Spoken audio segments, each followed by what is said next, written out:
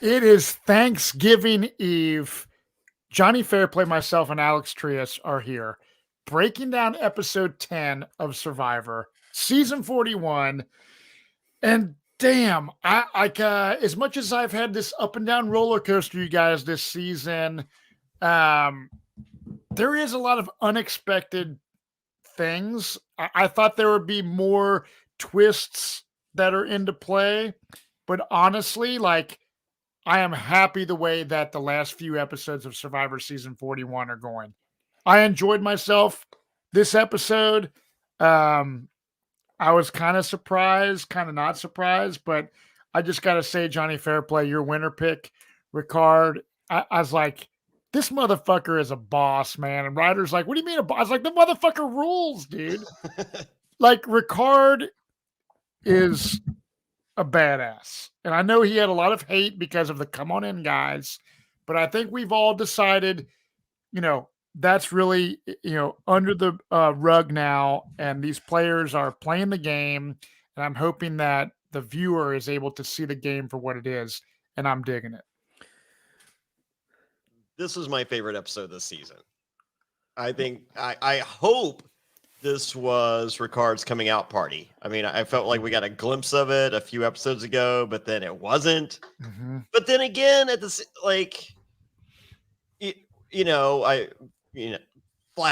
fast forward, Ricard, you have my $1 million vote. Deshaun, you're a snake. And I'm just like, is Ricard not going to get credit for this?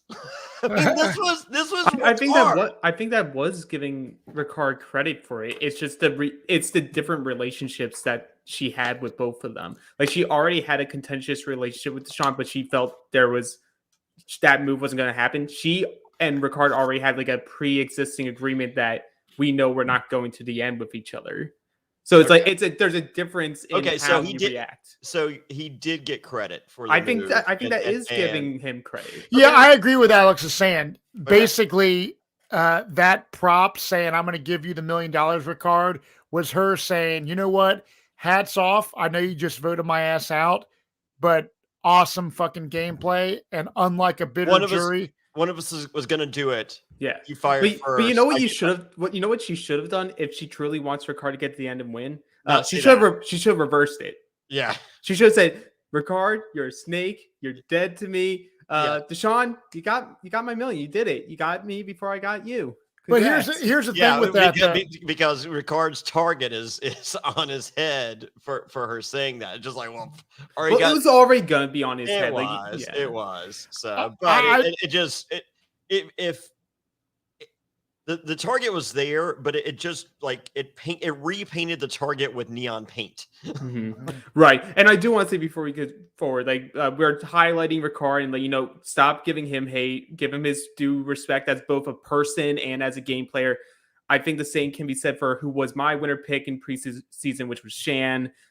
She was a good player, flawed, but a good player. Mm-hmm. She doesn't deserve the hate that she's been getting throughout the season. Sen loved her tonight and this week. It's Thanksgiving, people. Be thankful. This is supposed to be a time of spreading love. We don't need to see hate in this world.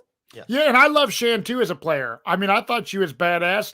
I just love her as a person. She was getting a winner's. It's hot. But I will tell you this. I feel that she calls out Ricard like in front of everyone, like, "Hey, you're going to get my $1 million pick." I feel like Shan is such a leader and such a big personality that I think if she's chilling at Ponderosa, she's convincing these people to be on Team Ricard. I think I think Nasir is not smart enough to kind of make his own decision necessarily. I think Shan could easily influence Nasir.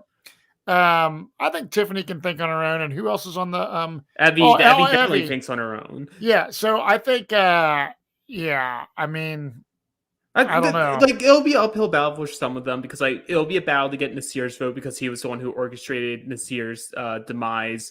You could say he had an active role depending on who gets to the end of being the main person to get most of these people out. Right.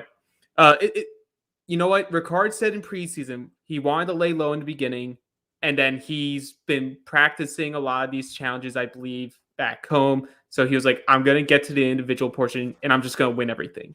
Yeah. We may just see that. Well, Xander's the big ball up in that there. Xander still has a hidden immunity idol, and Xander is perfectly capable of winning. We didn't see anything of Xander tonight. I was a little bit disappointed in that. But you know what? We say that he has the idol, he has the advantages.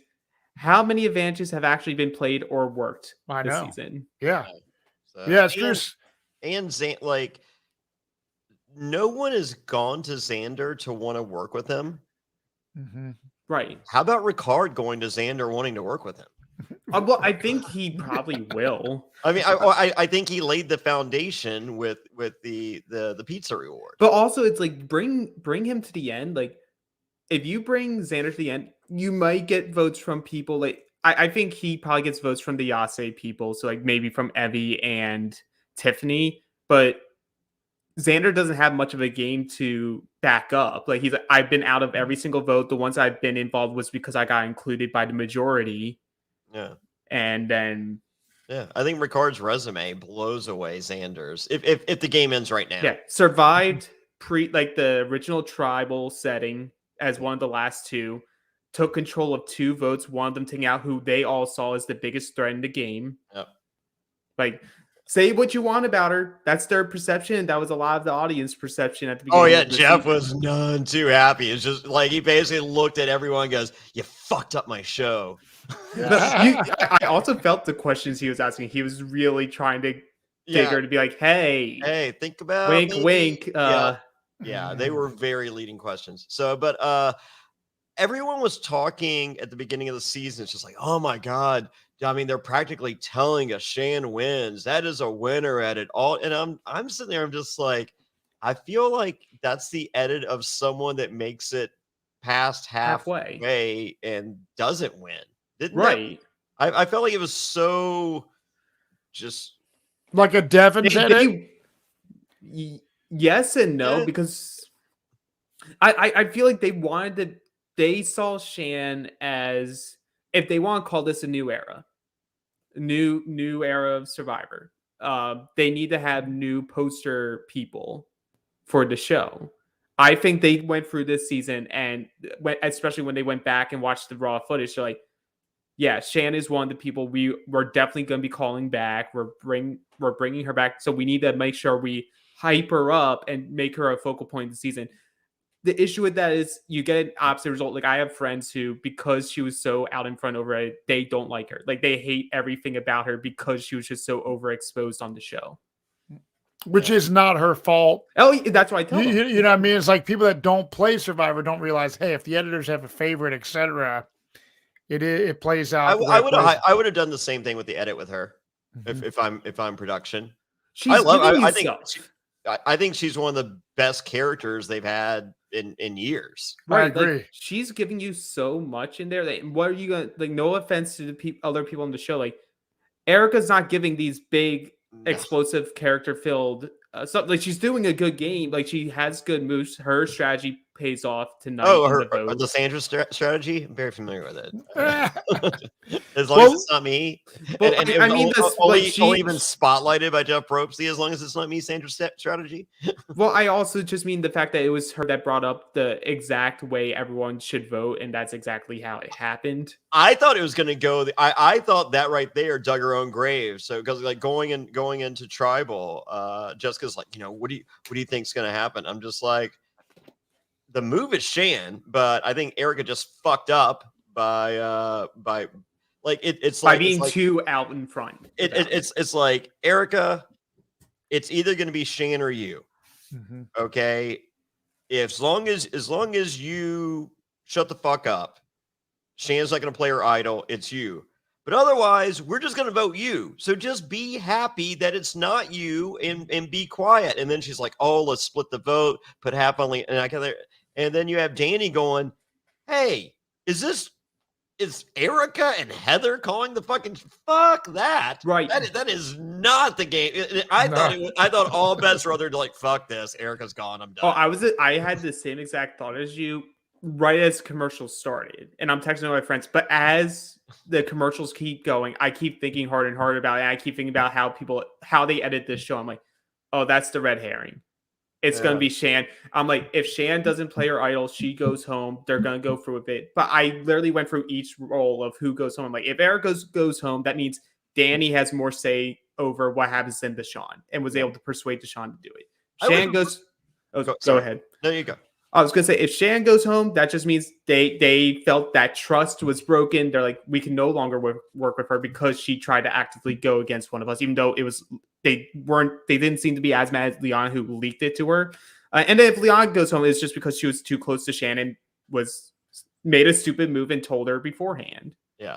So like I was rooting for Shan to go home, and Shan is probably my second favorite person on this cast. So I mean, like Ricard's number one, Shan's number two. That's why you're rooting against her. Well, no, well, yeah, yeah, and no. I just thought the better television play is Shan going. Right. Yeah, that's what my other friend told me that too, is three of us, and he said it would be such a bad podcast if like you had this big episode with all this dynamics and Erika goes home. Or Leon. Well, one of the things that I like about this is a lot of times you have alliances and people saying, hey, me and you till the end, us, final two, final three. And we see this dynamic that we know Ricard and Shan are great friends. You know, after the game, they're going to be, friends for life, like, Big Tom and Lex. Maybe. but I feel that I think it's pretty cool this season that, like, they're openly talking about, hey, we're going to have to make a move on each other at some point. Yeah, we don't have a final two. Yeah. Yeah. So I think that's pretty fascinating because usually it's real predictable, like when it's the Dominic Wendell final two type thing, so I like this. So let's go back to real quick. We have a question. Calvin Lawrence asked, did Ricard set this up earlier by making Shan burn her extra vote on last episode? Maybe. I think a mix of a yes and no. Like I don't think he initially intended for Shan to be the move immediately after using that extra vote. But then you have to start thinking at the very beginning of the episode, he's very out in front and says to everybody, like, oh yeah, I made sure Shan used the extra vote. So essentially highlighting to the other four people, she no longer has it. Now she only has the idol. Do we understand why she did the extra vote last? Like what? Okay, so why? I explained it last week. It was it was a self-preservation move in the event that Erika and Heather didn't go to the plan and put their votes on Shan or Ricard. Okay. By splitting it that way, they ensured they knew Nasir was voting Heather. Their two votes had Heather, and then Shan had the other vote on Nasir. So either Heather goes home if they go rogue, or Nasir goes home. So just out of fear of Heather. It was essentially to foolproof their way out of either of them going home. Okay. So we start off the episode night 17. So it was a double elimination. Nasir and Evie both gone. Deshaun is back at camp. He is completely happy with the result. Yeah, which kind of was a little mind-boggling. Yeah, like he's happy, or I don't know how stoked he is about the Nasir boot, but he's happy about the Evie boot. And going into tribal, it seemed like he could go either way, and he was just like, nah, this is how it was going the whole time. And I'm just like, well, our edit told us something a little different. I think he was more so just happy that he was able to get through the round still intact with that foursome of him, Danny, Leanna, and Shan, or at least saving face for it. Is like what he's happy with, because he said he's happy. Then he's like, well, the bad thing is the only people blindsided were Evie and Xander. Yeah. So Ricard obviously is played a big role tonight on getting Shan out. I mean, Shan went home with an idol, so we know she has an idol. Erika states here, she wants Shan out next. So Erika is actually, as much as I don't like her, and my wife is like, if Erika wins this game, I'm never watching Survivor again. That's extreme. Has she seen Pearl Islands? Yeah. Do not let her. If she has, and she was, and you had to talk her off the ledge, please do not let her watch Heroes Villains. So Deshaun, he has the 4-person alliance with Deshaun, Shan, Liana, and Danny. Yep. But he's like, maybe it's time to vote Shan out. And there's this battle throughout this episode amongst many of the black players of, do we stick with this culture alliance for the first time ever? If there's black people on this season, I'm going to be sticking with them. And so it's this battle. Do you play for that, bigger picture type thing where you're trying to make a statement and make a stand? Or do you say, fuck it, my individual game of me winning $1 million trumps that? And I think that battle is definitely playing hard on a lot of people. Yeah. Well, I have a question getting back to Erika real quick, and then we'll revisit the culture versus Bills dilemma. All right, so for an Erika type player, I did a podcast earlier today. It drops on Monday. It was fun. I'll check my social media. I'll post it. But I was asked, it's just like, how does Sandra win per islands? And for me personally, if I have a bullet in the chamber, I'm not going to waste the bullet on a doe in the backyard. I'm going for a buck with a bunch of points on his antlers. Mm-hmm. That's what I want. That's my kill shot. It's not Bambi. It's a big fucking elk. An elk. Yeah. That so I'm out there and time to vote, chambers loaded. I'm like, okay, there's Burton, there's Rupert, this is what I want on my mantle. Mm-hmm. I'm not shooting Sandra's. Right. So, and is that a flawed way to play the game? I mean,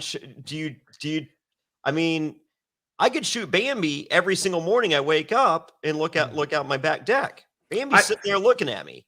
Mm-hmm. I think both sides of the argument is a bad strategy. You shouldn't just only hit what you determine as like the weak players, and you shouldn't only hit the threats. It needs to be a combination of both. Like it almost needs to be a rotation of it, because I just kept going. Whatever the biggest trophy out there was always my target. Mm-hmm. Which is especially going back to when you originally played that season 7, it's like that is how the game was played. But it was also because there was nothing really to prevent that from happening. Like, you saw a big player, there was no idols, there was no advantages. You were just able to be like, oh, you could gather the weaker players, be like, oh, target them. But eventually, and you saw it, you get to the final 3, you're the big head now, and then there's 2 just staring at you. They're like, yeah, it's your turn. There's the antlers. So it's sort of like you can't only go against and go big head shooting without realizing, if I keep doing that, I then become it. Mm-hmm. Okay. Well, so now it's day 18. We see some rain. Finally, some bad weather in Fiji. Well, hold on. Before the next day, Erika wants Shan's idol flushed, and Erika's speaking with Deshaun. Deshaun is seeing Shan's resume. It's just like, all right, I like the idea of the idol being flushed, and I don't like the idea of Shan's resume growing exponentially day after day. And Shan sees this conversation that night and of course confronts Deshaun the next morning and says, hey, what was said? And then he is just like, I don't know, something about Xander, nothing about you. It's all, I don't really remember what was said. I do remember it was nothing about you. And then this is where we get to the, are we going to do it for the culture conversation, or, as Deshaun, with the rebuttal says, but I got some bills. So, yeah, and he's pretty emotional about this. He gets, he's definitely, this is in a confessional. He's, really having a tough time with this. Yeah, this was one of the parts of the episode that made this my favorite episode of the season. Mm-hmm. So for all the people that have a problem with the Camp Out Alliance going, this isn't fair and this is racist and they have the advantage. Okay, well, number one, Whites have had the advantage for 40 seasons. So, so let's relax on who has the advantage. And number two, looking at this, just this 5 or 3 minute exchange right here, it's just as much a handicap as it is an advantage. Yeah, because it's so much so, and because you see it, like you physically see the pain in both Shan and Deshaun, because they're both like, as game players, we want to take each other out. But in the bigger picture, and this past year of all what they had to see happen to their in the forefront in their community, then you add in the pandemic that only increased matters. It's hard because you just have this internal debate in your head. What am I valuing here? Am I valuing the win and the money and what it can do for me? Or am I valuing creating a symbol? Because like people can complain that, oh, it's just the Big Brother thing 2.0. This happened first. Yeah. They didn't see this. Yeah. They didn't see Big Brother. They didn't see that this would also happen there. But it's the same mentality. It's just like all of them went into that house for Big Brother wanting to win their own individual game. But when they saw the opportunity present itself, that rarely happens, they're like, they all decided, even if we don't like each other, we're going to be doing something that's bigger than us, and then we can play our individual game. So it's just an internal debate, and I don't think it's for us to really to understand or really even to say whether it's right or wrong, because we're not in those shoes. What would you guys do? I mean, it's easy to say when I haven't been there. No, I mean, it's one of those. What's easy? You would say for the culture? I internally, I would want to say I would be selfish and play individual. But it's like, if I was on the show, and I guess for me, it would be like, oh, there's 5 other Jewish people there. I may actually do it because you don't get a lot of Jewish representation on these shows. We have 2 right. There was actually 4 on this season. Yeah. And 3 of them went back to back to back. Yes. So the only one left is Liana, right? Yep. And she ain't winning. All right. Yeah. So you say you wouldn't, but you think you would?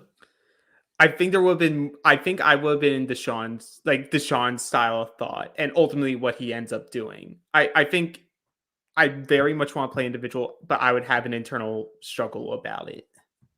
Matt, what about you? Well, I would have a struggle, and I wear my heart on my sleeve, so I think I would get emotionally really attached to whatever culture. Like, let's say it was the fucking Beard Alliance, right? Well, let's say you'll say for argument's sake you're black, and you have I think you have this opportunity right here. Yeah, I think that I would try to make it work until it was time to eat each other. I think I would say, look, let's just fucking stick together, and then it's the 4 of us battling it out in the most epic individual immunity challenge ever, and then it's like super emotional when we have to cut each other's throats when it's the final 4. That's what I would probably do. But there's also takes into consideration, like, are you a young single person? Are you a parent with a mortgage and medical? You know what I mean? So, like, when that stuff comes into play, it is the moral dilemma. I'm watching Breaking Bad again with my family. I'm starting it over. We just started season 2, and I'm loving it again, and my kids are loving it. And you know, it's kind of like the moral dilemma with that dude. It's like you find Walter White, you're dying of cancer, and you want to just you're breaking the law to do what's best for your family, to leave for your family. Yeah, so it's just the epic. But I really think that sticking to the culture, if I were black in these scenario, if I'm Danny, Liana, Shan, or Deshaun, sticking together until that final 4. I also just think it's probably even more hyped up because of their perception of what Shan is and what Shan's perception of Deshaun is. Because you hear Deshaun say, it's so difficult because the number one person that is standing in your way of winning is also one of your biggest allies who's like with you. And so it's like, do I get rid of someone who is working with me? Even if we have our thoughts about each other, we are working together. Mm-hmm. Or do I go and be selfish and want to go for the win? Mm-hmm. Yeah. You guys know what I'm doing, right? You're just playing for yourself. Yeah, I'm just playing for myself. Yeah, you're just playing for yourself. I don't want to. But like, I'm not even gonna pretend any different. It's just it's like I got a 13-year-old expensive taste. I got a 4-year-old with even more expensive taste. I don't even know how that's fucking possible. And then you have me with. I mean, I'm wearing a fucking Gucci belt right now. Let's go. Right, but like, see, in this situation, it's like I would expect that from you, like how Shan expected that from Ricard. So if you betrayed me in that sense, I would be like, okay, like I can't be upset about it because I knew that going in. Yeah. So, but it would have been. I mean, like, I would have given you, 2-3 good scenes before that. Yeah, exactly. I'd be like, oh, I got some TV time at least. It's like, yay, the camp out. I'd be like, Team Ruby. And then I would have not been on Team Ruby. So, yeah, we got this moral dilemma. And then we go to... Super quick. Sorry. Yeah. Rick Nielsen, g'day, Jonny Fairplay from the penis colony of Australia. Oh, enjoy the penis colony there. The penal system. So we go to if you're talking about penal systems, we got some ads waiting just for you. Get ready. They're coming. We got one each break. So we go to the reward challenge. And this reward challenge is you go to a survivor sanctuary with pizza under the stars, and you have, blankets and pillows and comfort to get a good night's sleep. And this is a pretty sweet challenge because you are attached to a rope. You got kind of a ring around your belt. So you have to go through an obstacle course over and under a bunch of shit. And then do under and then a puzzle. Yeah, you do. We haven't had a lot of puzzles this year. What a unique concept for a challenge: over something, under something, in a puzzle. I mean, this season. Yeah, you do a starfish puzzle here. Oh, I'm a big fan of the chocolate starfish. Oh, we know. So I like this challenge. We've seen this many times before on Survivor. I would have asked Jeff, is this a starfish challenge? A chocolate starfish puzzle? There's no way he catches the reference. Right? I don't think so. No. Well, no, maybe he might. I think he wouldn't catch it, but if it was from you, he would just assume it's something. Okay. So this challenge, if anyone listening to the podcast that doesn't get it, please Google chocolate starfish and look for images. Don't look definition. Just search images for chocolate starfish. So Ricard is in first by a long shot this entire challenge. It starts off in water. And then it's over something, under something. Xander's having some issues here. Yeah. I feel like Xander might have got a faulty carabiner. It looked like the rope was all fucked up or whatever. Something seemed like I feel like Xander would have been right there if I think it was the equipment error, not a user error. Do you think it was the same carabiner we saw in the Challenge All-Stars episode? Yes, it was Leah's carabiner. They still can't open it. It still has not been opened. It's like Davy Jones' locker. Oh, yes, right. Hey, would you call this a pirate's dilemma? I still don't understand what I mean. I was hoping to work it back in. So this challenge was cool, but it was a blowout, by Ricard. He wins. He gets to choose one person, and as we know, it's not ever just one person.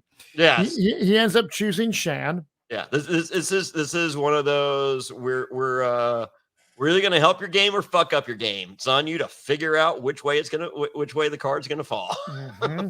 So he picked Shan right off the bat, which was an obvious choice. Yeah. Then he chooses Heather. But he explains it. He was just like, she's got nothing. Yeah. It was literally for all three of them. He's like, Xander's barely won anything. Heather's barely won anything. Shan's won nothing. Yeah. Let's give them. So let's talk about. Do you think Ricard made the right picks? Because honestly, for multiple reasons, I think he did. Yeah. Well, I mean, of the available options, I love the picks because the way I see it, whatever you tell Deshaun, he's telling Danny. Whatever you tell Danny, he's telling Deshaun. Right. And Xander had the opportunity to be with both Danny and Deshaun, and he did the full court pitch with fucking immunity and came out on the loser end of the conversation. So Ricard has to have mentally noted that. It was just like, okay. And so if you have both and Xander, who's a jock like they are, can't convince them to work with him, then I feel like Ricard physically, even though he's right there on the challenge, he is one notch below Xander on physicality. Okay. Right. And so if Xander couldn't talk him into working with him, then Ricard may not be able to. Or if you bring one of the two, they're just going to run and tell the other one everything that was fucking said. So that's not beneficial. So I mean, so you're taking Shan, of course, and so your other option. So it's are you taking Erika? Yeah. I mean, if you're taking Shan, you're not taking Erika. Yeah, well, I mean, but so you have Heather. Heather's going to tell Erika whatever needs to be. So I feel like you cover both with that one. And Xander, I want to work with someone with an idol. But he wants to take out the person that he's been working with closely because they have an idol. Well, one at a time. But okay, Matt, what do you think? Well, no, I'm just saying, like, I think he made the right choice. And the thing is that he's able to make these choices without having a lot of blood on his hands, because Dan, he's like, sorry or whatever. And Danny's like, dude, don't worry about it. Like, oh, he did not mean cool. But no, the don't worry about it, it's cool was followed by an immediate confessional going, that motherfucker needs to go next. Yeah, I hear you. He was. So, he chooses Xander, and then we see a Danny confessional, like you said. He's like, we need to get Ricard out sooner than later because Ricard is a huge threat in this game. He's obviously capable of winning immunity challenges, and this is where I give Danny credit. I've liked Danny since day one in this game. Very likable. I really wish I could see more of Danny, and we do see bits and pieces. I think he's playing a decent game. He's just not as predominant as like a Ricard or a Shan in his gameplay. Well, but I think Shan has opened up the amount of airtime that everyone has moving forward. Yeah, right. Oh, yeah. She got the bulk going into where we're at now. So there's available gameplay or airtime. But Danny sees this more than anything. He's just like, this is fucking jury management. Because this dude he goes, he's not giving people pizza. He's getting fucking jury votes. Right. So I somewhat disagree with that one because for just me personally, I'm not going to vote for someone just because they brought me on a reward. Yeah. So this is me putting strategy into Ricard's head. Whether or not it's true, it's for him to decide. I was thinking it's twofold. One, you can do the gentleman approach, like this is the easy out. These are the people that I want to be with me. All of them haven't eaten. Cool. You all ate. You guys had your couple rewards. Let them have it. I also saw as a way, like you separate Shan from her other three so you can get one-on-one time. You don't have Liana tagging onto Shan's hip. You don't have Deshaun or Danny like having a close by ear to hear anything that's going on. You also split up the three of Xander, Heather, and Erika so that they can't talk at camp to try to devise a plan. So now you are creating more control because both sides are going to be more inactive, or at least your thought is they're going to be more inactive. Yeah, no, I think he made the best picks he could. So, and I don't necessarily, I mean, could one of them potentially lead to a jury vote? Maybe. I mean, Heather could be like, well, he gave me pizza. Good enough. I mean, who knows? But I think it was more of looking for allies going forward than jury. Yeah. So, it could be like, this might be, or the final four. And who I'm going to cut the throat of. I feel he, in a way, is being you a little bit here. Like, I think he's now at the point where he's like, in order for me to get the end, I need to be around Heather. I'll deal with Xander for now, but like that'll be something he hits across the road. But like, I need to be with the people that aren't in that power structure and start taking shots so that they need me. They can't get rid of me because now you're weakened. If Xander has to play his idol at 5, I'm hoping I throw the kill shot at 4. Oh yeah, we still don't truly know if it's a final 2 or final 3, because if it's a final 3, we have to use it at 6, and we know next week all of us are just, or at least I know, I'm just gonna be pissed the entire episode because of the fucking twist that's gonna happen. But thank God that wasn't on Thanksgiving. Is the twist the monster? I think honestly this one's worse than the hourglass. Really? From what I read. Oh. I don't want to know. I don't want to know. I won't mention anything from what I was told and from what I read, and everyone knows about it on Reddit and everything. It's like, it doesn't look great. Well, yeah, I shall be surprised. So Liana, Erika, Danny, and Shan are back at camp. And why? I can't even get past. I'm like, why? No. I mean, like the hourglass. I mean, were they that proud of themselves with the hourglass? Going, man, if they like that, they're gonna love this. Or is it like the hourglass is a dud? Oh, we got it. Then let's fucking just ump the ante here. I think it's the latter, but I also think it's them just being stubborn and be like, we're not changing anything that we had planned. We're still going to do it, even though the entire cast and Danny being the vocal leader of them being like, no, the hourglass is fucking stupid. Yeah. And instead of saying, okay, we'll get rid of it, Jeff was like, oh, well, let's workshop this. What can I do to make it better? Throw it in the trash. Burn it. Yeah.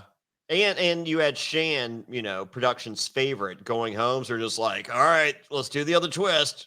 But yeah, it's like, imagine that's what happens next episode. The twist that they rumored, I won't say what it is, Matt, but like the twist rumored, and say Danny goes home because of it. Deshaun goes home because of it. Ricard goes home because of it. Like I feel like these twists are always like, well, if someone inconsequential goes home based off what we see in the edit, we won't care. But if it happens to someone that we like, or if it impacts someone that we like, and that's how they go, imagine how fucked up that is. Because there's no fucking point in playing a good strategic game, because there's no point playing the game. It's just a fucking roll of the dice. It's stupid. I find it fucking dumb, and because the hourglass was the worst shit ever, and I know that there was talk, that Danny was really pissed. There's been other horrible shit, but the hourglass did suck. The medallion of power. I was about to say medallion of power is up there. But yeah, essentially these and Cochran as a fucking reward. Yeah.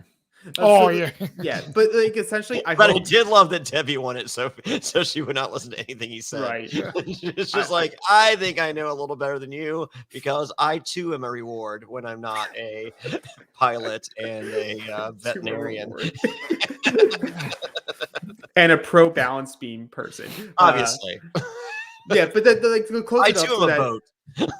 So I'm gonna close this talk down just because we can save our heat for next week on it. Yes. Okay. So Matt, we're back at camp. Yeah. So I'm saying Liana, Erika, Danny, and Deshaun are at camp, and Danny and Deshaun are talking, and Danny's like, I want Ricard out of this game, which is always foreshadowing. When anyone ever says, like, I really want this person out, of course, that person has a high probability. It's Murphy's Law of fucking winning or playing an idol or something to the effect. Yeah, they've willed it into existence. They've willed it into existence. Yeah. Like there's I got $1 million that says Sandra doesn't win Survivor. I guaranteed her victory day fucking one. I apologize to everyone. You did. So I don't know about you guys, but the Deshaun Danny pair I love, and they go ahead and pitch to Liana the idea of voting out Ricard.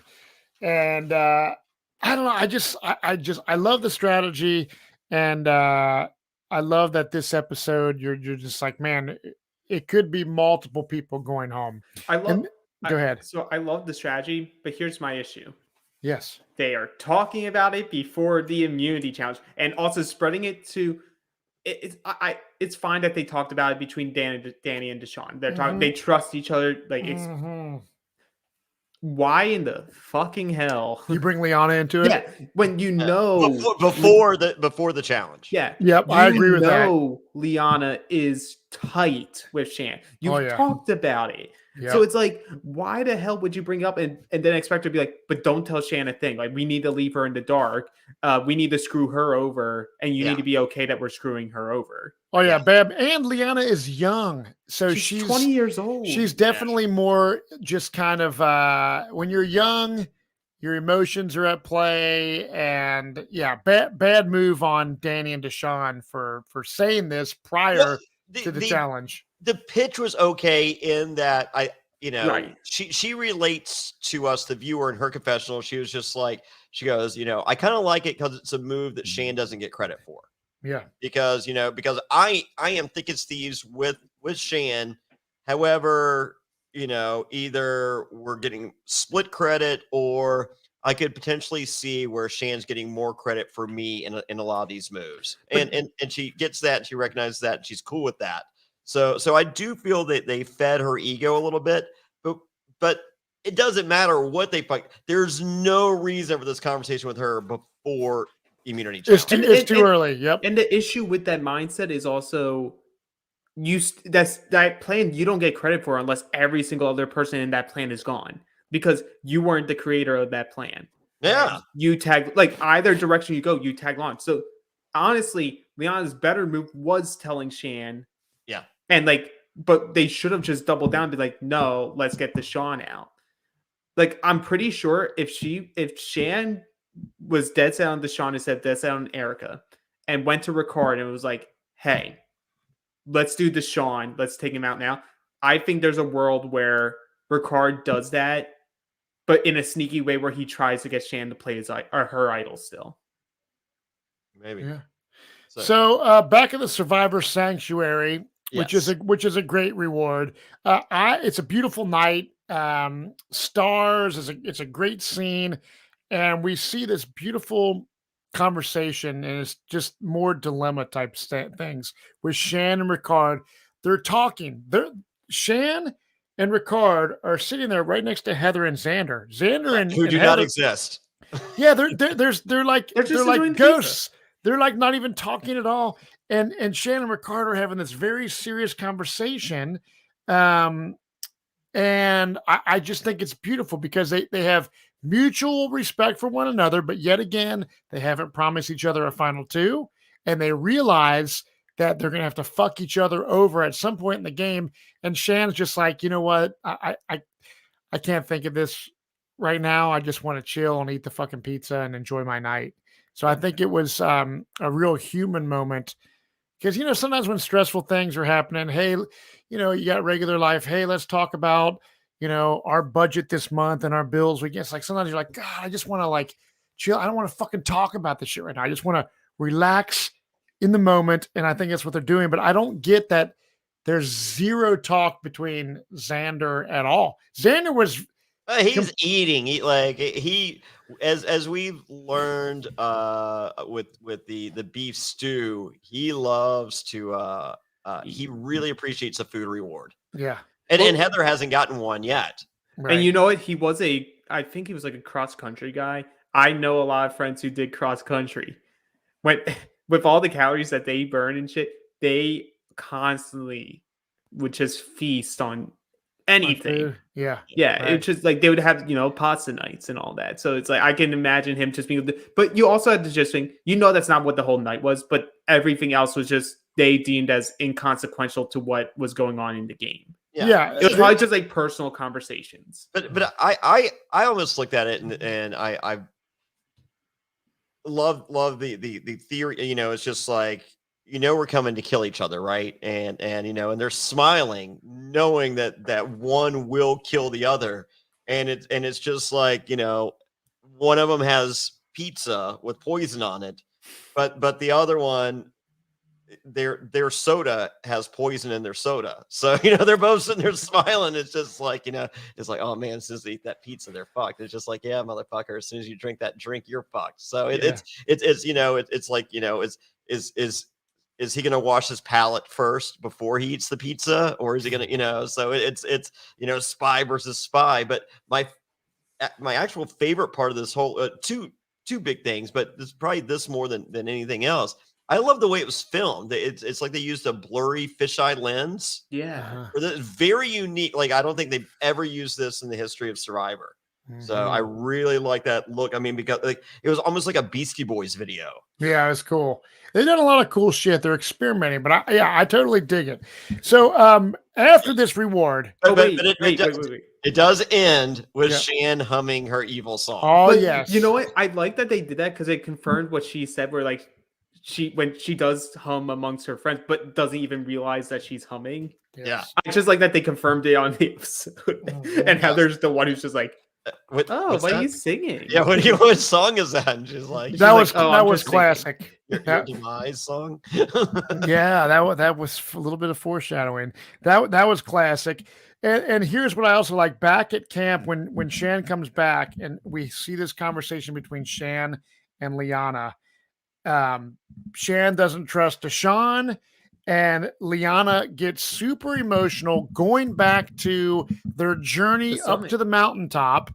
Your least favorite scene. Yes, it was, but I guess it plays. I hated that episode. Fuck, I forget. Don't remind me. But that was the episode where they were both talking. Liana. They were both talking about their moms, and that's where they got really close. And this is the battle to where Liana ends up saying, "Fuck it." That bond I had on that mountaintop trumps everything. And she tells Shan the entire plan. She just tells Shan, like, look, here's what's going on. And then Shan Shan's getting this awesome information to her. Shan then goes to Ricard and kind of tells Ricard, like, you're on the chopping block. Yes. Who does not say thank you, just says, yeah, I just need time to process this. I'm surprised. Like, I feel like that was a genuine reaction, though, from Ricard. Yeah, I'm like, cool it wasn't like because it wasn't him in gamebot mode. It was literally him like, oh. Yeah, it was so big. It's, she was just like, what, you don't believe me? He goes, no, I'm not saying that. He goes, dude, you just dropped a fucking bomb on my head. I know. So can like I have, like seconds to, to kind of piece this together? And she was like, yeah, but I mean, like, do you not? And he's like, I understand everything. Yeah. just like, I mean, it's like when someone hands you a dirty diaper. It's just like, hey, what do you do? I don't know. I also feel like this must be like this whole time he's trying to figure out, do I try to get rid of Shan here or not? And her coming out of nowhere with this information and also like targeting someone that he thinks Shan's closer with. Mm-hmm. I think that was also something he was trying to process at the time. Not just the fact that he's being targeted, but also the fact like she's trying to protect me right now. Yeah. When we agreed if we need to cut each other, we'll cut each other. Yeah. So maybe I don't. This should have been her spot. And if we both have bullets. If she's not shooting now, I'm shooting. Yeah. she just took off her vest. She goes, hey, we're both wearing bulletproof vests. We're both fine, but I'm just gonna go ahead and take mine off for a minute. He's like, okay, cool. So at this point, do you think that Ricard is the better player of the two? I think he's the better player the entire time. I think he is the better player. He has at least shown to us he has less outward flaws in this game outside just being seen as the mastermind when he was on UA. Mm-hmm. They're both good players. I don't want to like hype up one by discrediting the other. No, I think Shan was a fucking great player. She's a better, I mean, she will be one of those that'll be better on a second time out, I feel. Yeah, and when they make calls for if they call people from season 41 to come back and play, Shan gets the first phone call. Oh, 100%. Yeah. Yep. I feel like you can already say like the main three people I'd be calling are her, Deshaun, and Ricard. Yeah. Mm-hmm. Like right off the bat. Well, and Queen Heather. So, Heather. No, Queen Heather's already on there. She's waiting for the next Winners at War. I was about to say she's probably she's probably spending her money from. I'm going to see Heather on Legends with Jonny Fairplay. Oh, so before we get into the immunity challenge and tribal council, let's hear a word from our wonderful sponsors here at Reality, NSFW. Ho, ho, ho, gentlemen! The holidays have come early here at Manscaped, the leading men's hygiene brand. Manscaped just launched new products, including their ultra new, ultra premium body wash and a 2-in-1 shampoo and conditioner. It's time to give yourself or someone who needs it the gift of beautiful skin, hair, and balls this holiday season. Go to manscaped.com and use promo code SURVIVOR for 20% off and free shipping. Jingle balls to the walls. Fellas, listen up. Untrimmed pubes are a thing of the past, and it's possible you have Santa's beard in your pants. Could be Matt Bischoff's. It's time to leave your significant other some cookies and milk at the bottom of your chimney. I am talking about Manscaped Performance Package 4.0. Oh, now, I had a lot of sex when I got back from my last appearance. I literally had sex 8 times in 12 hours. And, I did some damage down there, fellas. I did some serious damage. I had to call my doctor. There was swelling. There was everything else. It was bad. But you know what wasn't bad? My balls, because I shaved them with Manscaped. Oh, there was the lighting at the top of the tree, but the bottom of the tree looked perfect. Inside the Performance Package 4.0, you'll find the signature Lawnmower 4.0. This electric trimmer has proprietary advanced skin-safe technology to reduce cuts on your nuts. It's also waterproof, so you can use it in the shower. It's like a gift to your partner with less mess. The Manscaped Performance Package 4.0 also includes the Crop Preserver and Crop Reviver, an anti-chafing ball deodorant, moisturizer, and toner. It's time to keep your North Pole feeling and smelling fresh. This hygiene bundle will also come with a pair of Manscaped anti-chafing boxers. God bless it. I needed and used that this week. I promise you.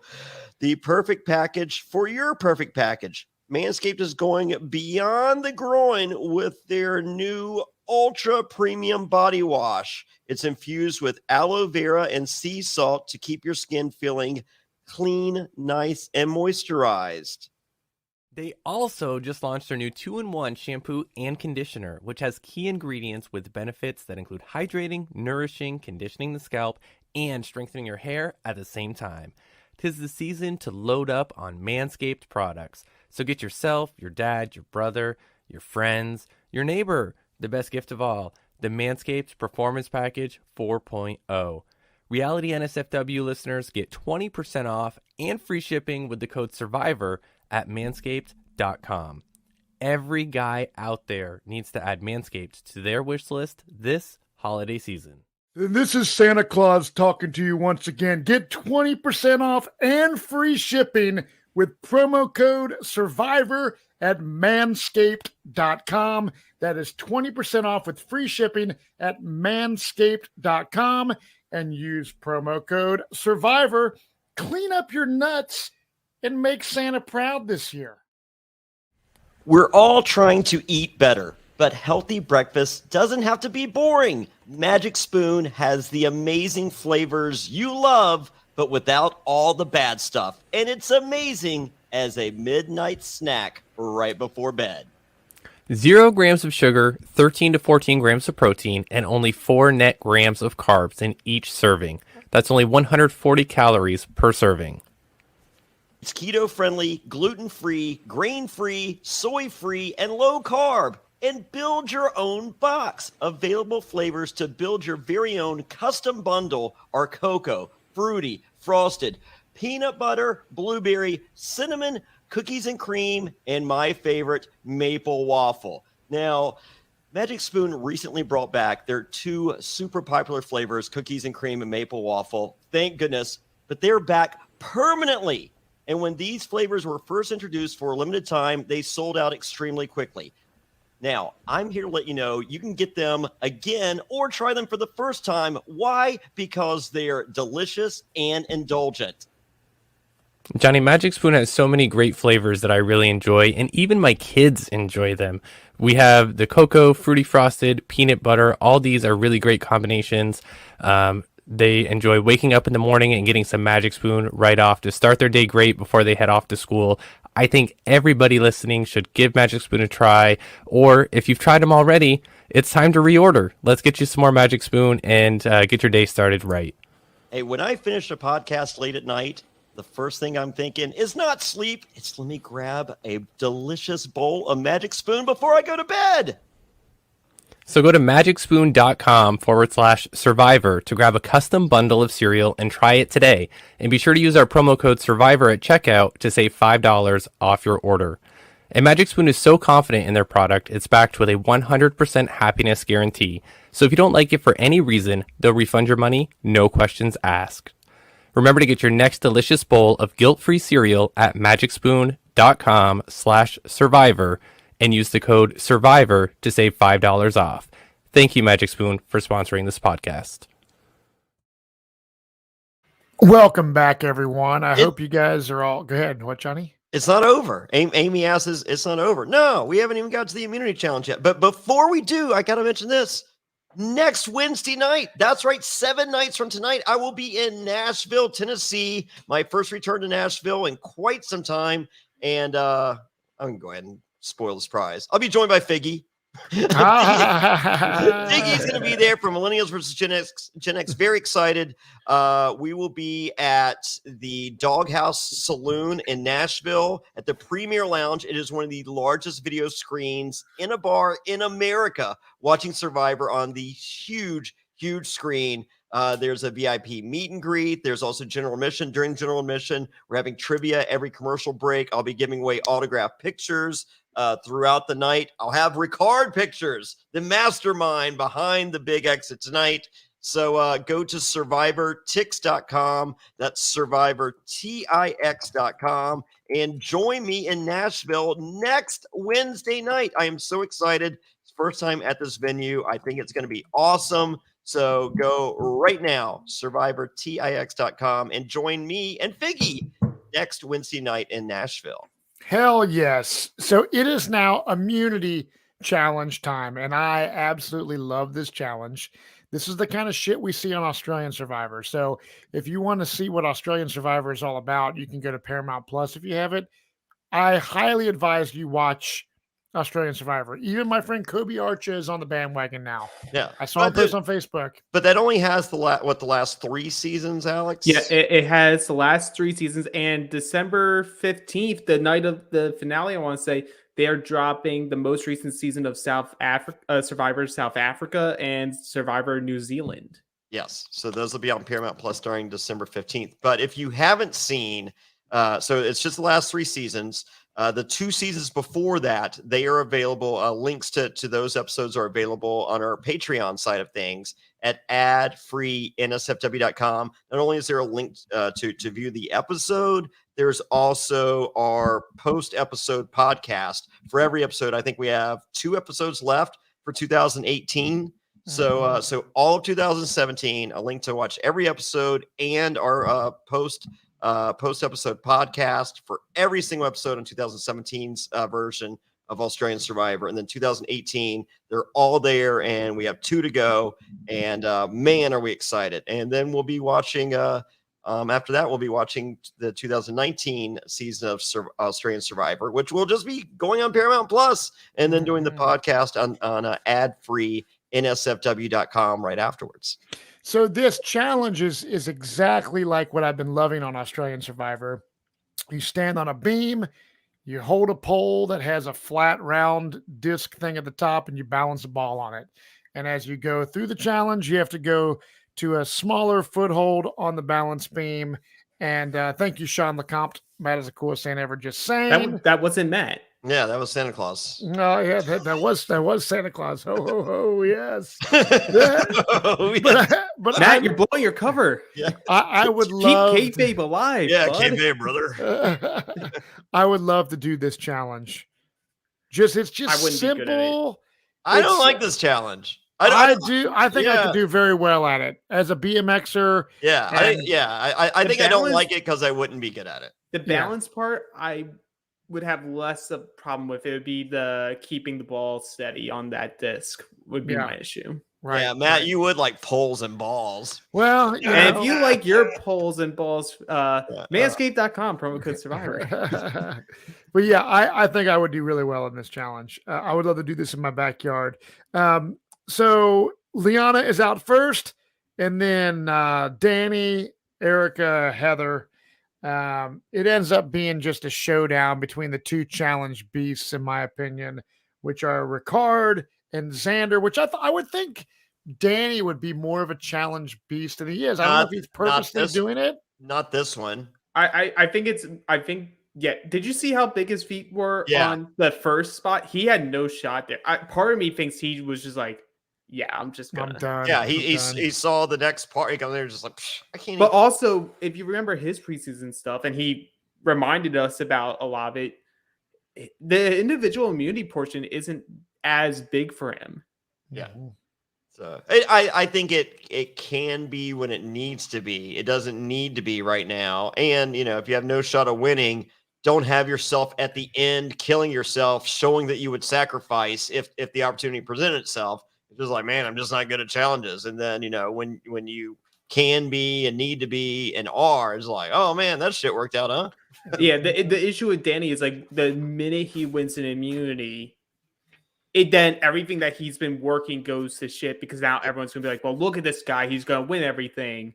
Yeah. Yeah. Because like he's able to win these competitions while being that big, he's a threat now.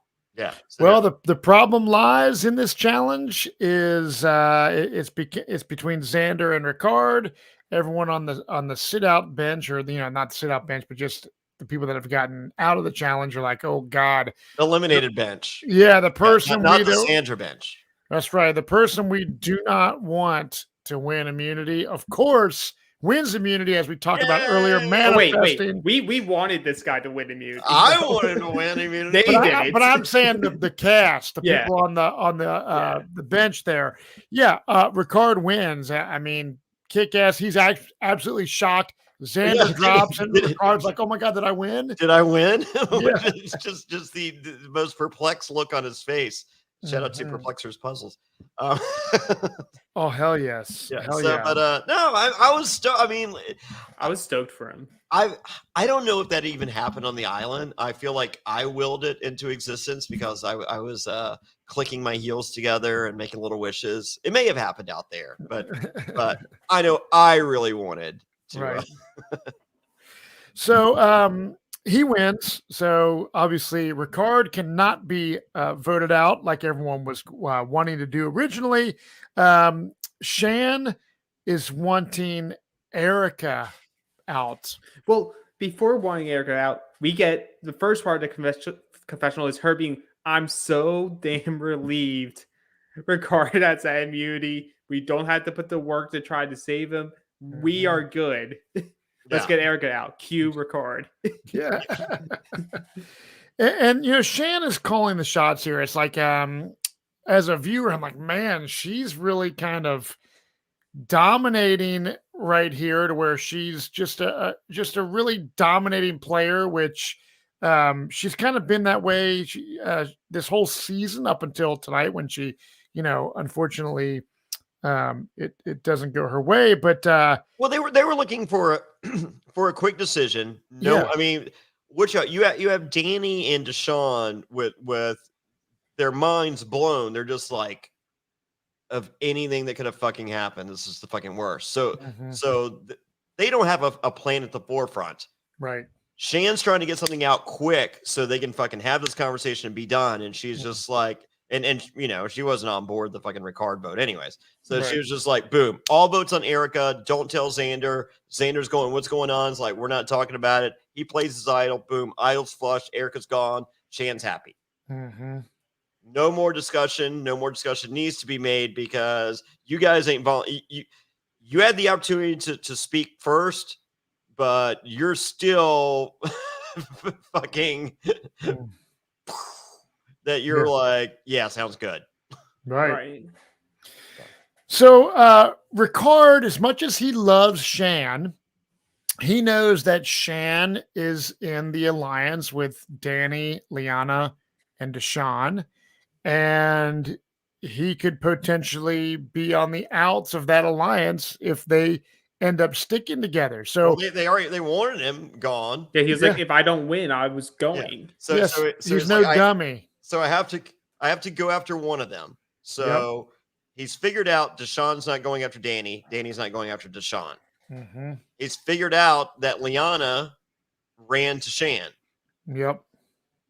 So his only option is his only real option is telling Deshaun the plan, Mm-hmm. hoping that and I think he has to. I think he's seen the friction between Shan and Deshaun over voting discussions previous. Yes. So with that, I wasn't thinking about it during the episode, but I'm thinking about it now. Wouldn't it have made more sense for Ricard, like if you're looking more not just big gun, like because either direction you go, you're taking out a strong player here. Wouldn't it have made more sense for him to cut Deshaun, who he knows was trying to gather the votes to send him home? Whereas he knows, even though Shan is, they have the agreement that they'll betray each other. He knows that Shan is going to be more hesitant to pull that trigger. Deshaun's actively pursuing him. No, the move is Shan because the idol. But like the idol, if they have seen anything this season, the idol doesn't have as much weight as they believe. Well, And maybe that's something that will, season 43 will see. It will once it's played. Hasn't been played. But like, I still believe of the two people that are holding an idol, I think at this point in time, if Ricard didn't have immunity, there is a world where Shan plays that immunity for Ricard to try to do a blindside on Deshaun. Yeah. So like having someone who will that use an idol on you and also show trust by playing the not wasting, but using her extra vote to ensure both of their safety the round before. Yeah. It's like Ricard did still have some control there with Shan. He has nothing with Deshaun. He has nothing with Danny. He has nothing with Liana. But I think he wants to be a villain. Like, I mean, I think sending Deshaun home he's still a villain because everyone sees the viewers see Shan as a villain. I don't think he saw that out. I guess the perception on the island is. I guarantee on the island they're like, yeah, everyone's gonna love Shan. Mm-hmm. Oh yeah. Yep. I don't think people would have thought she'd be a villain out there playing. They'd be like, oh, she's the pastor. Yeah, she's lovable. Well, you know what? It goes back to my belief. There's no such thing as a hero in these games. There are villains, which is just indication that you're playing the game. Mm-hmm. Yeah. Well, I mean, Shan tells us every one of us is a liar. And anyone that says they're not lying, they're a liar. We're all liars. Yeah. So, and it's just you weigh how much you still trust the liar. Yeah, and I think that's the most honest thing said in seasons of Survivor. Well, it is. There's a lot of honesty. I mean, like I said throughout this episode, when Ricard and Shan are talking about, we don't have a final two promise to each other, but we're, at some point we're gonna have to go after each other. So I love this whole episode, Johnny, as you said before. So there needs to be 5 people to make this vote work. Deshaun seems down. But Erika seems to propose a split vote between Liana and Shan because Erika's like, if someone plays an idol, then I'm fucked. So at least she's smart enough to know that. Yeah. Well, she should have taken it. So could we also? Why I don't understand that. Not the anger, but the frustration that Danny had, where he was like, "How could Shan betray us?" over someone who she's known longer than us. Yeah, right. I didn't understand. He's just like, I was like, Danny, what if someone came to you and said, oh, we're taking out Deshaun? You're saying you wouldn't react differently because you spent 19 days with him, but we've been talking for 5 days, but we're this tight alliance? It's like no. It's more than an alliance. It's the cause. Alliance. The cause. Yes, it's the cause. So but it's just like, man, like in 41 seasons of Survivor, we finally have this opportunity, and you're gonna fuck this up for a guy you met 19 years. Okay, well 19 days let's ago. say But- like fucking Heather then, because in this instance we already saw previously when Shan wanted to take out Heather because they see value in Heather, Danny and Deshaun do. So they were both upset over the fact that she wanted the vote to be Heather. But now when it's the roles reversed, they're upset with Shan because she's not happy about that. Yeah. So there's double standard. A little hypocrisy. So no, I mean, I still love Danny. Though. Oh, Yeah. I do too. I love Dan. and like, and I think the way that was, I think that that scene for a lot of viewers is just seen as informative and not a negative. Where, you know, like I'm with you. I'm just like, yeah, she picks the person she's been with for 19 days because like that's your 19 days is an eternity in this game. And also Danny and Deshaun can't understand that, not because that they're Ricard and Shan's 19 days are very different than Lulu's 19 days. Oh my God. Yeah. Like the amount of trust, even if you the trust that they don't even agree that they're going to be final two together, that they're going to betray each other. But because they went through all of that, it's like there's more of a bond there than just being like, oh, well, we won all the immunities. But it's okay, everyone. It's okay, everyone. It's okay, Russell Hantz. It's okay, everyone. As I said, when the Alliance was formed, they're broken up now. It's not all the blacks going against everybody. You think Russell Hantz is going to sleep well tonight? No. Dude. He's still going to say the game's flawed, and you know what? He's flawed, so it's okay. It's something about Sandra and yeah, how he can fix everything. Oh Jesus! So, but no, I mean, Shan and Ricard, despite the backstab move, which you know, of course, I love, are they in the top 10 duos in the history of Survivor? They're definitely up there. There's definitely an argument there, even with one of them betraying the other. It's like I don't think you have to get to the end and also be deadly loyal to each other the whole time in order to be a successful pairing on this show. I don't know where me and Burton are in that hierarchy, but like I feel like you guys always get you guys don't get talked about as much, even though like the fact that he comes back and then you and him run shop for a long time should be considered. Yeah, I feel like, you know, just watching all the seasons and knowing our, you know, relationship, like, you know, I love Burton and, you know, and I think Burton loves me, but like, it's so funny that started with me voting him out. Like, so I, you know, I'm just like, well, fuck, if that's up there, then, you know, Ricard, you and Shan should be fine. Yeah, they will started be. my relationship on a vote out. You ended yours on one, but you know. So going into tribal, is there anything you guys want to talk about before going into tribal council? No. Okay, I just think Erika should have shut the fuck up. I do too. So I mean, I just, you know, sorry, like, I don't think Erika's a good player or a threat or anything else. I don't either. I just think people can have a perception of her because they view her as someone who's on the bottom. Even though at tribal, maybe they don't have. Maybe even the people on jury don't have a high opinion of Erika because like there's a moment where like they ask Shan point blank about, oh, do you not trust Erika? And she's like, no, it's not that. Like I do see Erika trustworthy, and you get a quip from Tiffany, like, and sort of like a sarcastic, oh yeah, she's so trustworthy. Yeah, I saw that. I was like, I found that very interesting. So we didn't see something on the show. And didn't Tiffany benefit from the hourglass? I don't remember. Well, she was one of the people made safe, but I don't think she was one of the people that was going to go home in that vote. Yeah, but she was still made safe. Oh yes, she was still made safe, but I guess there was stuff going on that they didn't show that was like maybe they were trying to get a move to happen and Erika agreed and then went back. Yeah. Who knows?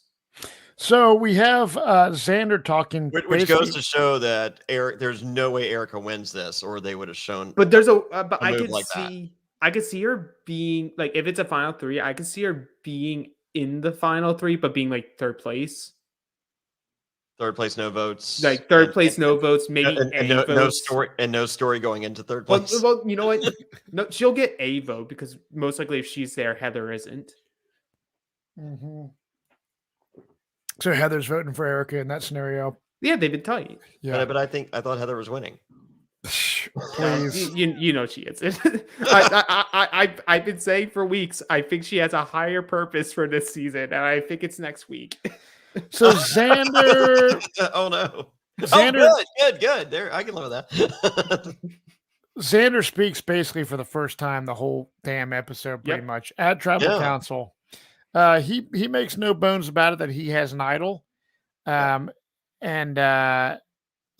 I mean he's actually in a pretty decent spot. I mean he doesn't feel like he needs to play the idol. There's no chatter about Xander as a threat at all right now at this Tribal Council. Then we see Heather talks.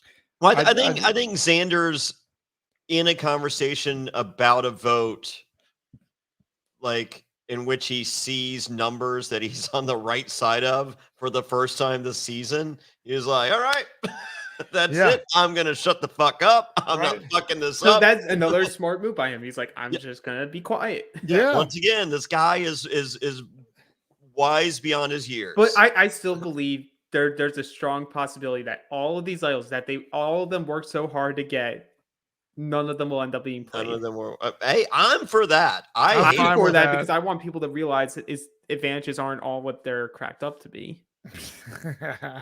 So this is where Shan basically says, you only know who you can trust after Tribal Council, and she says that everyone in this entire game is a liar. Yep. I mean, she's right. Facts. Yeah, and it is complete honesty. And Deshaun does say, look, you have to have some sort of trust. Yeah, we're all liars. However, if you have a relationship with somebody, you have to be able to trust someone that you're close with to a degree. You know what I mean? It's like, I know we're in like a new era of Survivor where it's the original alliances isn't like it was back in the day where you go all the way to the end. Yeah, well, voting blocks. We haven't heard the term voting blocks this season. That's maybe we have. Well, they really haven't had that though. It's like there was an alliance, and then people who would tag on or tag off. Mm-hmm. Yeah, it's a new Survivor. Drop to 4, add the 1. So the one alliance, one block. What I think is funny, and I don't know how this is even possible. Erika makes a statement saying, I haven't even talked to Shan today at all about strategy or gameplay or anything. How in the world is there a zero talk this deep into the game? I've been in Final 7 and not had conversations with the people that I'm fucking sending home. Mm-hmm. Yeah, I just find it. I just kind of I don't know. I just. I don't think Erika's proactive about going and strategizing with people. Like when me and Sandra were not working together, if I was getting rid of her or one of her friends, I probably wasn't wasting time. Mm-hmm. Like even placating Sandra. Yeah. And I think Erika is a very Sandra-esque player. I mean, she literally, Jeff, literally said tonight, as long as it's not you, right? It's just like, could I never hear those words again? Well, I know you like to talk shit on Sandra. I think Sandra's in a definitely a higher bracket than Erika. I understand what you're saying, but I actually like Sandra. I like Sandra too, but I do not like Erika. Bracket. Huh? I think they're in similar brackets. Yeah. What do you think, Alex? Be honest. This isn't the suck Jonny Fairplay's dick because he hates Sandra. What do you actually think of Sandra? Well, no, let's get back to the dick sucking. I don't know. I am someone I personally didn't. I like to believe that the best player wins the season. Yeah. More times than not, I don't believe that's the case in either of the seasons where she won. But I will give her credit for at least she ended up in positions where she got to the end with people that she knew wouldn't have the votes to win. Due to whatever circumstance, like heroes versus villains, it was because she essentially made herself part of the heroes tribe, and the heroes all wanted to vote for a hero to win. And they weren't going to vote for Russell, and they weren't going to vote for Parvati because she was too attached to Russell. Yeah. So she wins. And she beats Lil because Lil was already removed from the game, and really, you're going to give Lil the win Everybody, vote. So real quick, I know Johnny's promoting his viewing party next week in Nashville, but we are going to be announcing a Cincinnati finale party December 15th. Yes, December the 15th in Loveland, Ohio, home of Lil Morris. If I can somehow fucking make it to where Lil Morris comes out, it'll be the greatest night of the last 10 years for me. I think Lil's going to come. Okay. Well, Oh, I'm going to hit her up and let her know. Where is it at? It's in Loveland, and I she know. lives in Loveland. I know. Where? Hold on. It's called Bishop's Quarter. Yeah, Bishop's Quarter, December 15th. Tickets go on sale next week. Go to survivorafterhours.com for tickets for that. So I think overall, Survivor Ticks for this coming Wednesday. Sorry. But yeah, I think Sandra is a good player. I don't think she's great, but like you have to give her at least credit for being able to make herself not a threat. And get to the end, and suddenly she is a threat because she got to the end and was able to at least have enough good relationships from the jury that they would be willing to vote for her. Yeah, I don't think Erika has that with this jury. Yeah, I don't. Yeah, so my mom will tell you that Sandra is twice the player that I am. So there you go. Well, there you go. That's my mom. So so tribal council, it's interesting when it is time to vote. I was loving this because Amy R says Johnny was better. We have some thanks. We have some Johnny fans. Amy R. So yeah, it's a tie vote, and it's Shan is very nervous. Shan knows. Yep, she's like, oh fuck. And when you know, when the second my name was written down, I knew that I was going home. It sucks. So they did a revote, and Shan goes home, and she's confident enough to say, "Hey, I played a good game," which she did.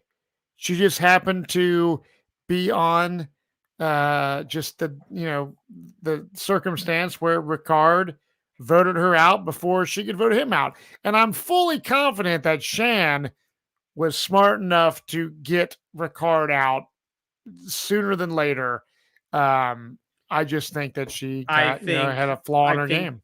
I think if it was up to her, though, I could see a world where she had him down to 5, just in case. If she needed him for one more vote, if Danny and Deshaun tried to do something. Yep. So I think she was less willing and felt Ricard was more integral to her endgame plans than Ricard felt Shan was to his. And that's all fair. And that's why I think ultimately she'll respect his game more. If he's at the end, he has her vote because they've gone through this together and they understood each other. If he's out, I think there is a world where like she gets off of her little bitterness towards Deshaun and could give Deshaun or Danny the win. Yeah. And he does say, "I'm so sorry." So I think that makes it all good. Well, I also feel like it was genuine. Oh, absolutely. It was genuine. That wasn't Ricard playing for jury vote. That wasn't him playing for the game. I felt those were genuine moments from him. Yeah. But as Shan's going out, she calls Deshaun a snake. Honestly, I don't think Deshaun's that much of a snake. It's like he is, but he was part of their alliance. I think Ricard's just as much of a snake as Deshaun is. Well, she's calling Deshaun a snake, and she's saying, "I'm giving Ricard the $1 million." I find no difference between Deshaun's gameplay and Ricard. They all wanted to get Shan out of the game. The difference is Ricard and her were more like more like the married couple that would bicker with each other, but they were on the same page. Her and Deshaun were never on the same page, and he constantly would like step up to her. And you know what? That's commendable on his part to step up. Like he was doing the same things that he was criticizing Shan of doing to him. Yeah. And I think she's a little upset by that. And at the beginning of the episode, they confirmed the Final Four deal. Yeah. Whereas Ricard said, "We don't have a deal." But she broke the code. She broke the code by saying we'll actively target Deshaun and then didn't go towards with that. But at the end of the day, I really dug Shan as a player. I think that there's a couple episodes where the starvation kicks in and she was being a little bit over the top, overly cocky, a little bit moody. But she'd been coddled by Ricard. Yes, but I the hate on Shan, she's a pastor, but she was playing this game. She played a damn good game. Oh, and she had the Princess Leia buns during the challenge. Yeah. And she's ridiculously cute in overalls. Shan's awesome. Her Instagram is awesome. Her Instagram is the best Instagram of any player in 2 seasons. Yeah. So people just remember, it doesn't matter like who you are as a person, what your occupation is, what your values are. Like if you're in a game to win $1 million, everyone will be okay with you playing what you feel is right and what you need to do to win that money and help change your life. Right.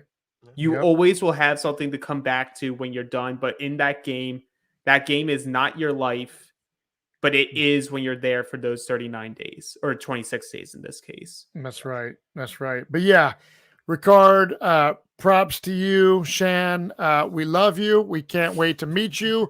And we can't wait for next week on another exciting episode of Survivor Season 41. Apparently, there's going to be a twist that Alex has said that's going to It's on the preview. They say it. Okay. So it's going to be pretty crazy. And be sure next week, Alex and I will be here. Jonny will be in Nashville with Figgy for a Survivor viewing party. You can go to survivortix.com, survivortix.com now. This place in Nashville has one of the biggest TV screens at a bar in all of the entire United States. And if you have not been to a live Survivor viewing party, I don't care if you're going to Johnny's or if you're going to Wendell's or if you're going to anyone that puts on, like a former Survivor that puts on a party, being able to watch the show that we all love with former castaways and fans of the show is the greatest experience that you're going to have. I mean, the reality of it is, people listening to this, you're not ever going to be cast on Survivor. Only a few lucky people like badasses like Fairplay and myself. I mean, of course, Alex, Lauren Pratt, Brent Wagamot. I mean, none of them are going to get on the show, but Jonny and I have been. So I'll see myself out. No, I'm totally kidding. But I can't wait for all of you to be cast and end up on the same season as Matt and be like, "Hey, who does? What? One of us doesn't belong. Who do you think that is, Matt?" Yeah, Matt. All of my answers on my interview that you guys will read in preseason will start with "fuck Matt Bischoff." He said I'd never be here. I love it. I love it. I hope you guys are. I really do. And gals. But we love you. We hope you all have a wonderful Thanksgiving. Be safe. Eat a lot of food. Go into a food coma. Eat some leftovers. Jonny, do you have any parting words? Alex? I had a turducken tonight. I went ahead and did my Thanksgiving today. Oh, real quick. So we have not addressed this. So for the patrons that follow our Q&A that we do every Monday night, we record, Jonny has COVID right now. So how are you doing, Jonny Fairplay? I'm fine. I've been symptom free throughout, and so my quarantine ends Saturday. Yeah, something like that. Yeah. But I just want to say, so Jonny, I'm fine for next. I am. The timing cannot be any better. So now I can go next week. I won't get you sick, and you can't get me sick. So this is fucking perfect. No, I think Matt froze up.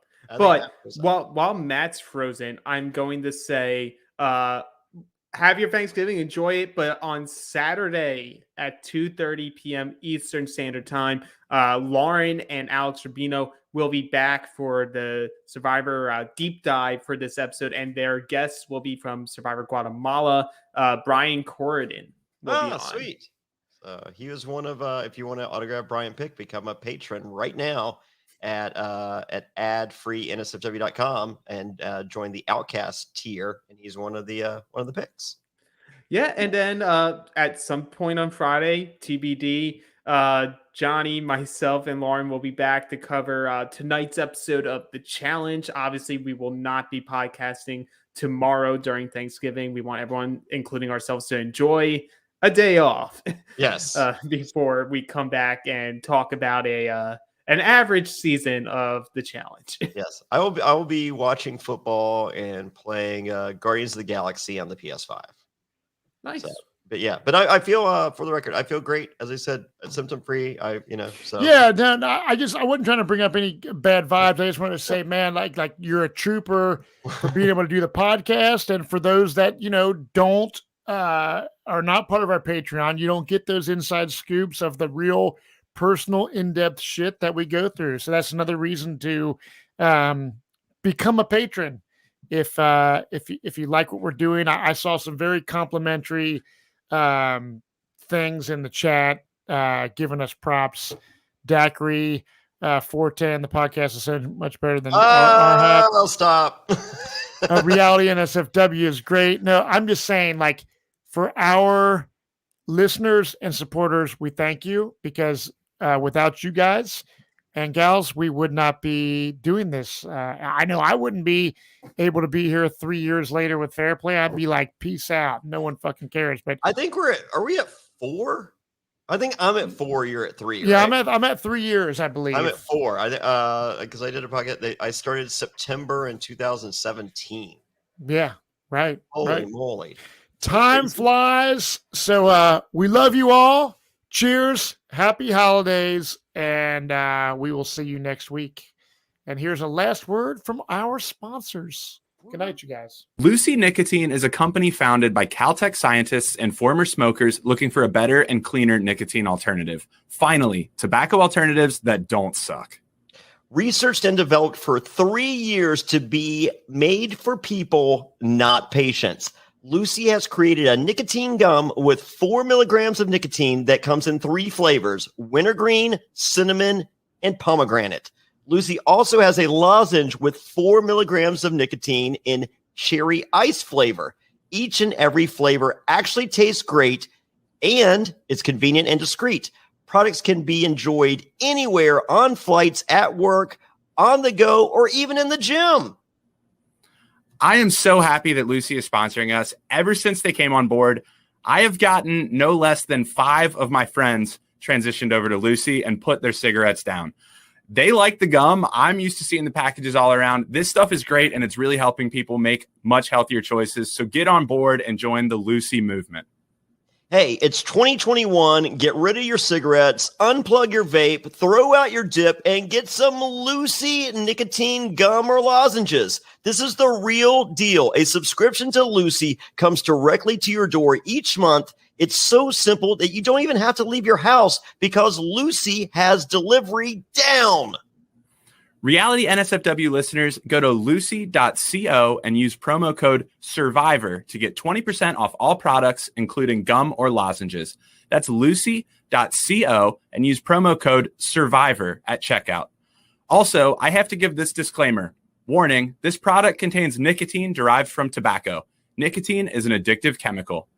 That's lucy.co, and be sure to use that promo code SURVIVOR. This episode of Reality NSFW is sponsored by BlueChew. Say it with us, BlueChew. BlueChew is making waves and bringing more confidence to the bedroom by offering chewable tablets that can help men get stronger and longer lasting erections. That's right, we're giving away super hard dicks. BlueChew is a unique online service that delivers the same active ingredients as Viagra and Cialis, but in chewable form and at a fraction of the cost. BlueChew's tablets help men achieve harder, stronger erections to combat all forms of ED. BlueChew is an online prescription service, so no visits to the doctor offices, no awkward conversations, and no waiting in line at the pharmacy. And it ships right to your door in a discreet package. The process is simple. Sign up at BlueChew.com, consult with one of their licensed medical providers, and once you're approved, you'll receive your prescription within days. And the best part, it's all done online. BlueChew's licensed medical providers work with you to find the right ingredient and strength for your prescription. Don't like swallowing pills? No problem here. Blue Chew's sildenafil and tadalafil tablets are chewable. Blue Chew's tablets are made in the USA and they prepare and ship direct, so it's cheaper than a pharmacy. Hey, if you're looking to give that immunity idol to someone, or you don't want to be voted out of a crater, don't worry, Blue Chew's got you covered. So if you could benefit from extra confidence when it's time to perform, visit BlueChew.com for more details and important safety information. And we've got a special deal for our listeners. Try Blue Chew free when you use promo code SURVIVOR at checkout. Just pay $5 shipping. That's Blue Chew, BlueChew.com, promo code SURVIVOR to receive your first month free. And we thank Blue